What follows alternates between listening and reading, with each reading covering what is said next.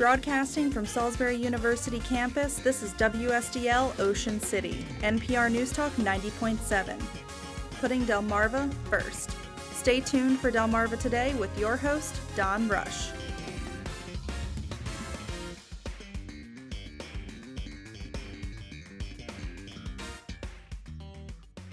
It's called an Arts and Entertainment District, and Crisfield is trying to join over 20 other districts in the state of Maryland. Welcome to Delmarva Today. This is Don Rush. It can be said that Crisfield is a bit off the beaten path. Tucked away in Somerset County against the Chesapeake Bay, it was once a thriving community that centered its economic activity around the bay. Those days have essentially disappeared, and the small Eastern Shore town has been trying to find ways to revitalize this community. Enter the call for an Arts and Entertainment District. Crisfield begun applying for the designation so they can offer tax incentives to local business to attract artists in the region. In our studio this morning is Jennifer Merritt. She works part-time as a grant writer for the city of Crisfield. Robin Daniels is a fine artist and has painted murals in the town. She's also an elementary school teacher. And also with us, a musician, Bruce Wooster, who, amongst other things, plays bluegrass. Welcome to the program. Thank you. Thanks for having us. So, Jennifer, I want to start with you. Where did this idea originate in terms of going all out for an arts and entertainment district in Crisfield? Well, when I began working for Crisfield a year ago, the mayor asked me to look into the possibility of an arts and entertainment district. So I read the application and held a public meeting to see if there was interest. And there was enormous interest. It's certainly not a new idea. It's something that many people have been interested in Crisfield for a long time. So what is encompassed in trying to apply for this thing? I mean, it's not just a matter of doing a name. You got to get some okays, and what's the process here? Absolutely. The application goes through the Maryland State Arts Council, and it's a very intensive application. This has been a success everywhere that they've done it, so they want to make sure you're ready to make it work. It involves a management plan, a marketing plan, all kinds of details. And what kind of incentives then are we talking about, and how effective are those tax incentives?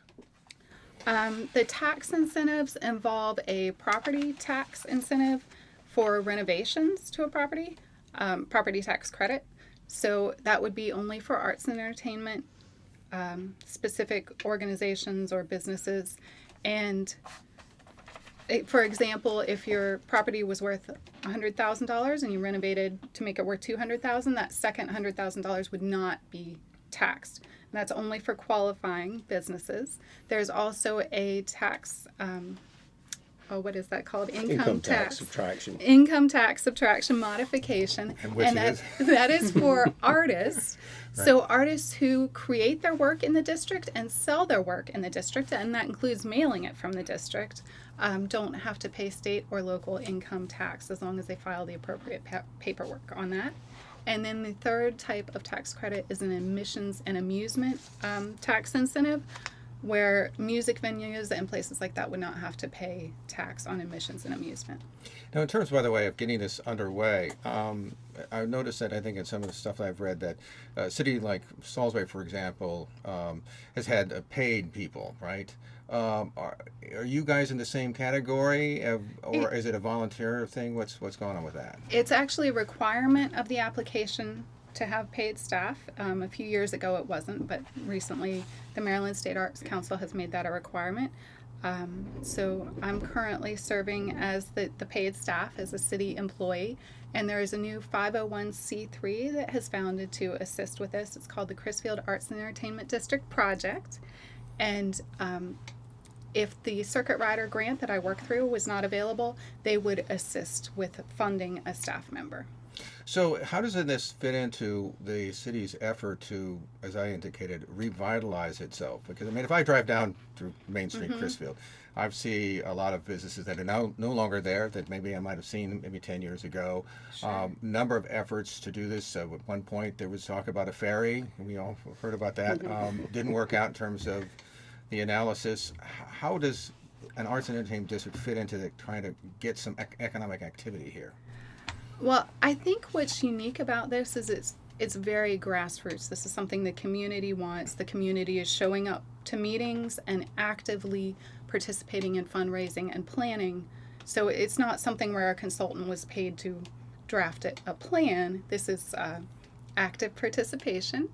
And in other lower shore arts and entertainment districts like Salisbury, Snow Hill, and Berlin, it's been very successful. I think all of those are around 10 years old.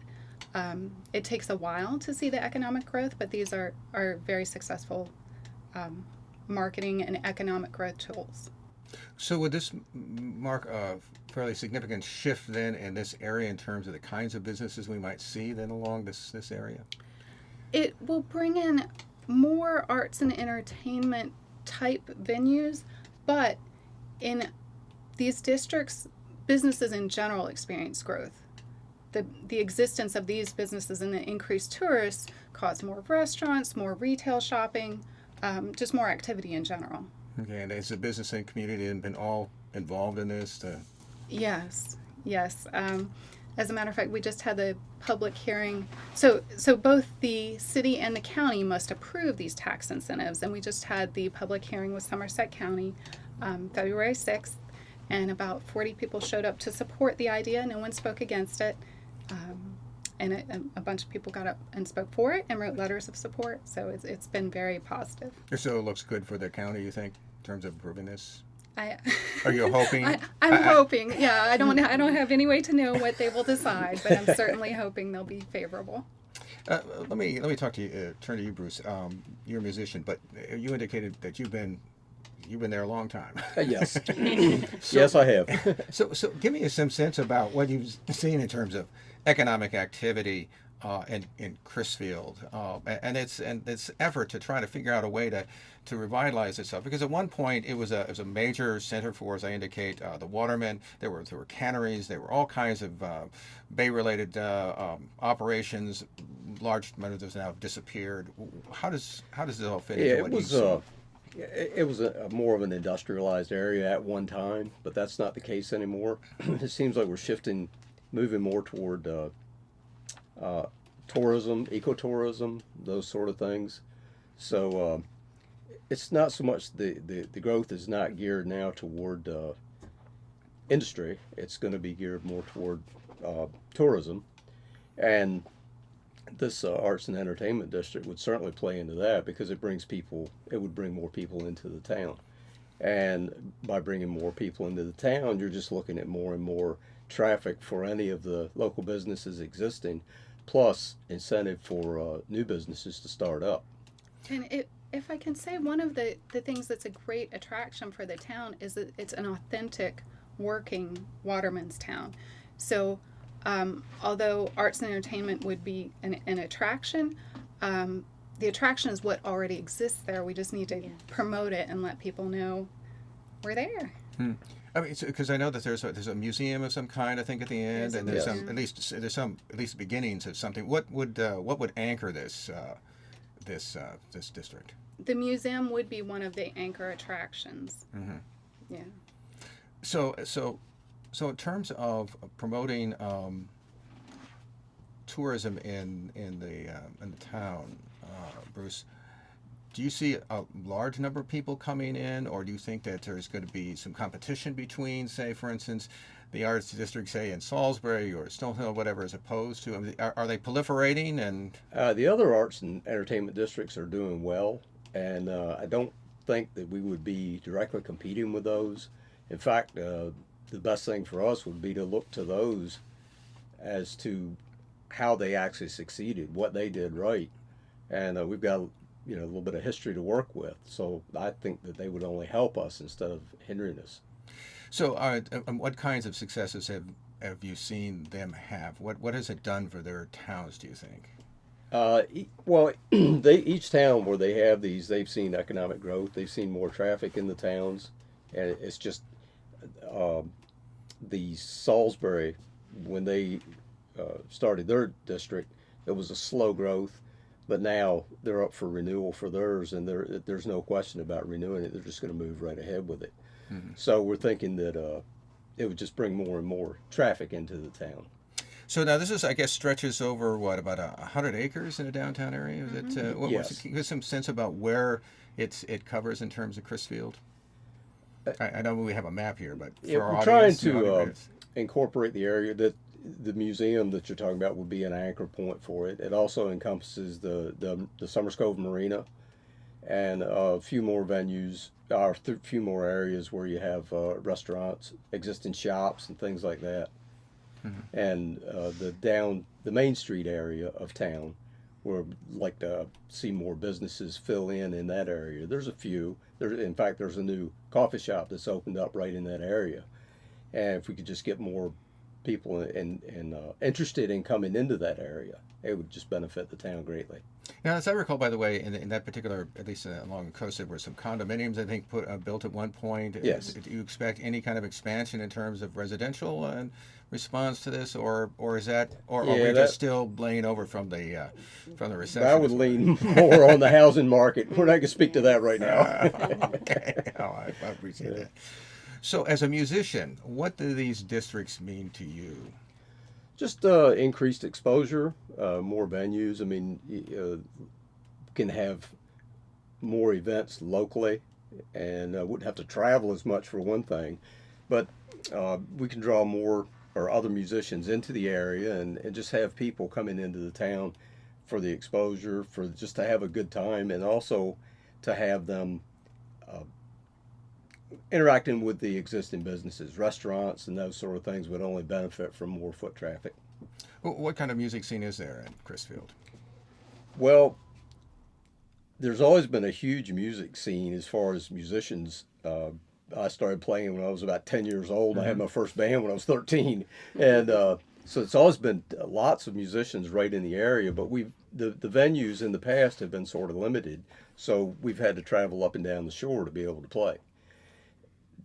Doing something like this would open up maybe more and more opportunity for some of those local musicians to play locally.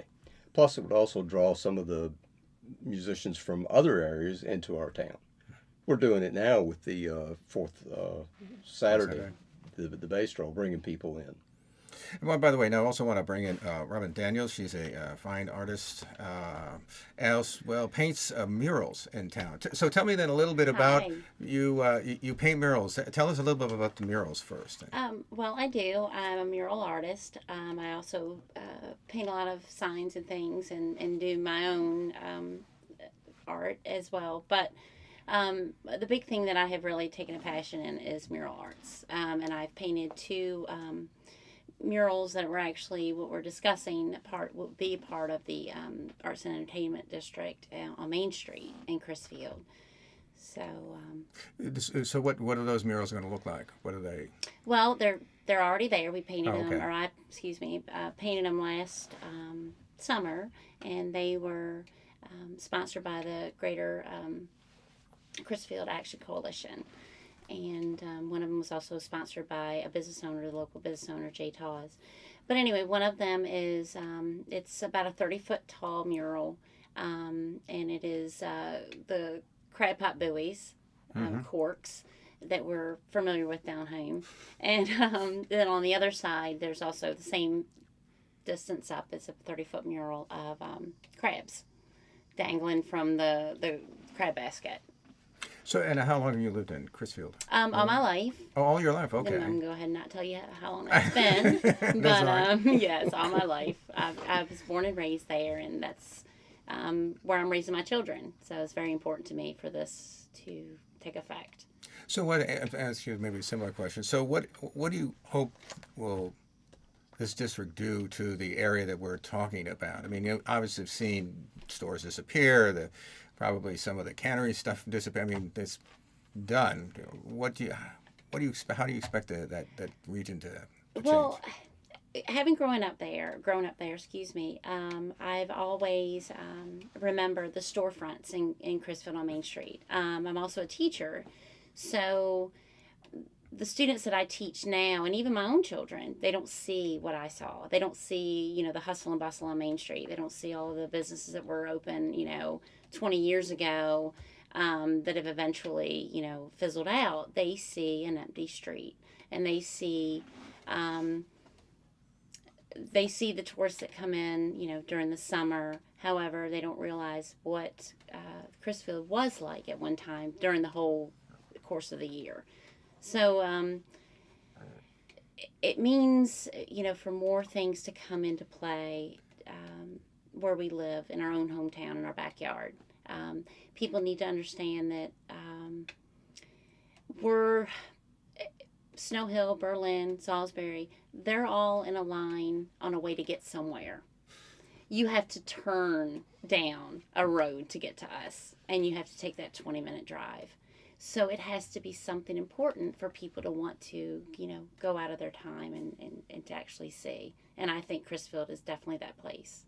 Do you expect, by the way, that that the landscaping, as it were, and I don't mean like just shrubs and stuff, but that the whole architecture that may take on a certain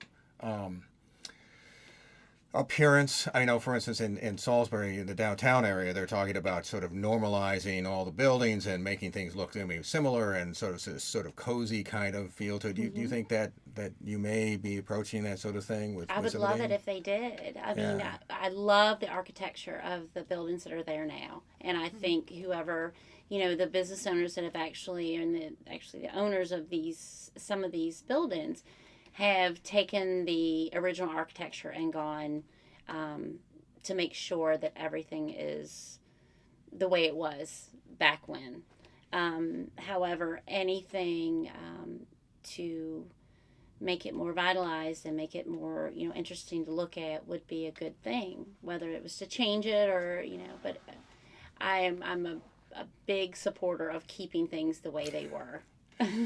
What about the concept of anybody, but the concept of walkability? I mean, that's like one of the big things, particularly any district. I mean, if you, for instance, you go to Berlin, right, where there's this long street, there's a walkability factor that you can kind of wander around, as opposed to what I would say, and Jake Day may criticize for saying this, but the downtown area doesn't have that kind of feel of walkability, and especially when you begin to get out to the bigger areas, you can see where the streets are all cut up and that kind of thing. Now, this seems like a sort of a long, sort of straight road with another road sort of coming into it.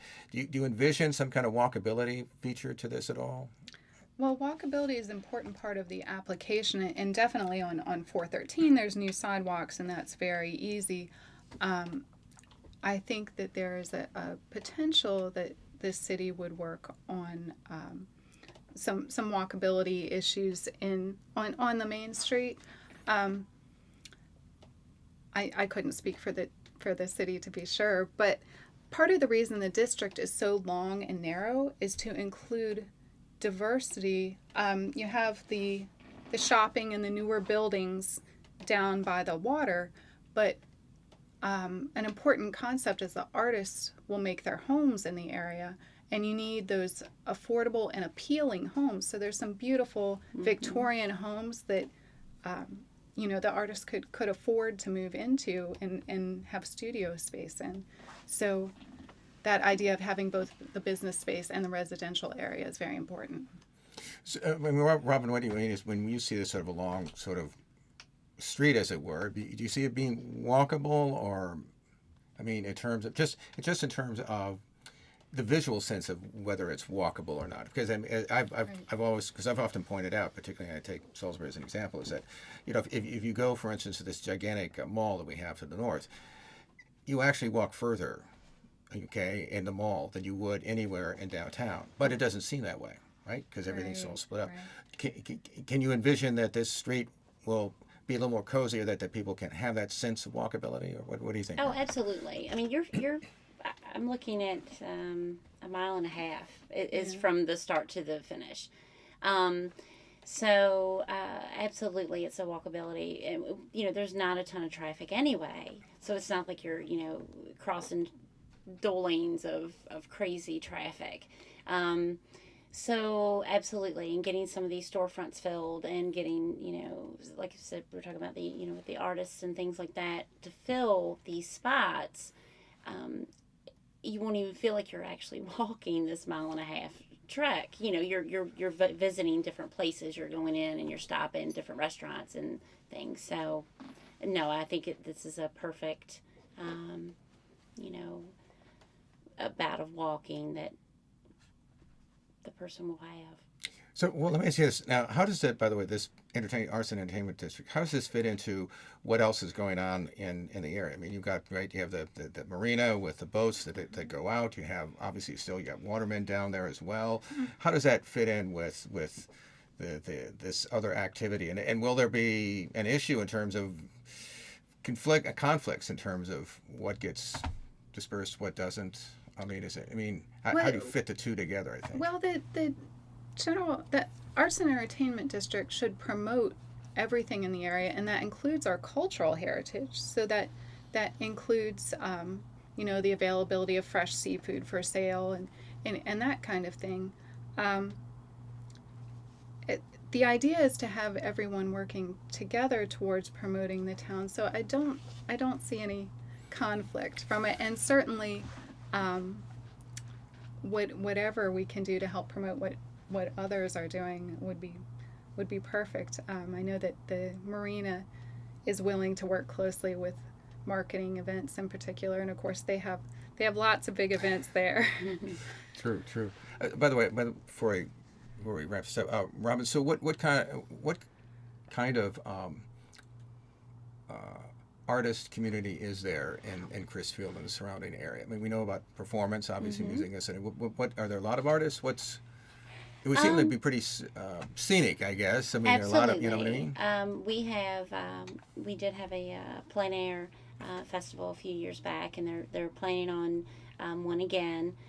Artists love to come down here, and it is just the view is breathtaking from any point that you go in Crisfield. Even with some of the architecture of the buildings that aren't, up to code, is still, as an artist's eye, it's gorgeous. As far as known artists, there are a few that do their work in Crisfield. However, as a teacher, a lot of the students that I teach are artists, and a lot of their parents and grandparents, and they've never had the outlet of creating art because they never knew that it was acceptable, or they do on their own. To have an arts and entertainment district for people that live in our town that would not go to a museum or not go and know that this is celebrated, but to actually in our own town, they will be celebrated. It's just an amazing thing that it just, I think you'll see a lot more local artists come out of the woodwork if this does pass. So what is the best view of Crisfield? Oh, wow. I mean, you've looked around. You've the buildings, yes. the marina. What? My favorite is, of course, my parents live right there, is on Jenkins Creek. That's one of my favorites. Also, right at the city dock, you can see Old Island there with the smokestack. Also, a lot of way back in like Chelltown area, you can go in Rumpska, which is way down, but just anywhere that you see the wildfowl and everything is just amazing. Sunset's gorgeous. So Jennifer, so does it look good in terms of getting this through? I mean, obviously you got the Somerset County. Does the state have to weigh? I guess the state has to weigh in as well, right? So for the designation, we would submit. If Somerset County approves the tax right. incentives, we would submit the application on April 1st. I would say it looks promising, but I would also say that if we don't make it on this round, this thing has momentum now, and it'll keep going. So I think this is a thing that's going to happen one way or the other now. And I would also like to say that there's a website, crisfieldarts.org, and people can sign up there for our newsletter or see all the artists who have registered for the district and the events that are coming up. By the way, did you get any sense from state officials that they look favorably upon this, or is this, or do they? I mean, how many of these things do they designate, and is there cost to the state for designating this thing? Well, because there's tax incentives, there's a potential loss of tax revenue for individual properties, but what's happened in every case is that the overall tax revenue has gone up as more properties were occupied and property values increased. I don't have any way of knowing if it would be approved or not, but I certainly hope so. And like I said, I think we're going to make it work one way or another. By the way, I should ask, by the way, Rick Pollitt, he's your city manager. I remember him from the county executive. So what's his role been in all of this? How's he been doing? Oh, well, he's the city manager, so he's crucial. He has been very supportive of the community's interest in it, encouraged that I take the time to work as much as needed with it, because of course I work on many grant applications. So he's been very supportive and instrumental for knowledge on the city. It's just once around, so Jennifer. So what do you think that an arts and entertainment district do you think is going to mean for your town? I think it's going to mean a renewed sense of excitement and hope that is from the community overall. Something that's not for one group or another, but for everyone. Bruce, what about you? Just think it'd be huge in the sense that it would draw more people into the town and expose them to what Robin was talking about, the beautiful views that we have through visual art, performing art, just getting more people exposed to that and giving them a reason to come to Crisfield and enjoy it. Robin, what about you? What do you think it'll mean for your community? I actually think it will mean a lot to the people that are actually there. Like I said, with the students that, kids that are growing up, knowing that there's something that they can be passionate about, they can actually stay in Crisfield, not have to worry about going somewhere else to find these things that they're actually going on right in their own backyard. I think that would be amazing. We're speaking with Jennifer Merritt. She works part-time as a grant writer for the city of Crisfield. Also, Robin Daniels, fine artist, and paints murals in town. Also an elementary school teacher, as well as Bruce Worcester, who plays bluegrass amongst other acoustic music. Thank you all, by the way, for stopping by and chatting with us this morning. Thank Thank you you. for having us. This has been Delmarva Today. I'm Don Rush. Thanks for listening. Thank you for watching Delmarva Today, a production of Delmarva Public Radio. Production and audio engineering by Chris Frank. Hosted by Don Rush. For podcasts, visit delmarvapublicradio.net or subscribe to the Delmarva Today podcast on iTunes. Delmarva Today can now be seen on Pack 14.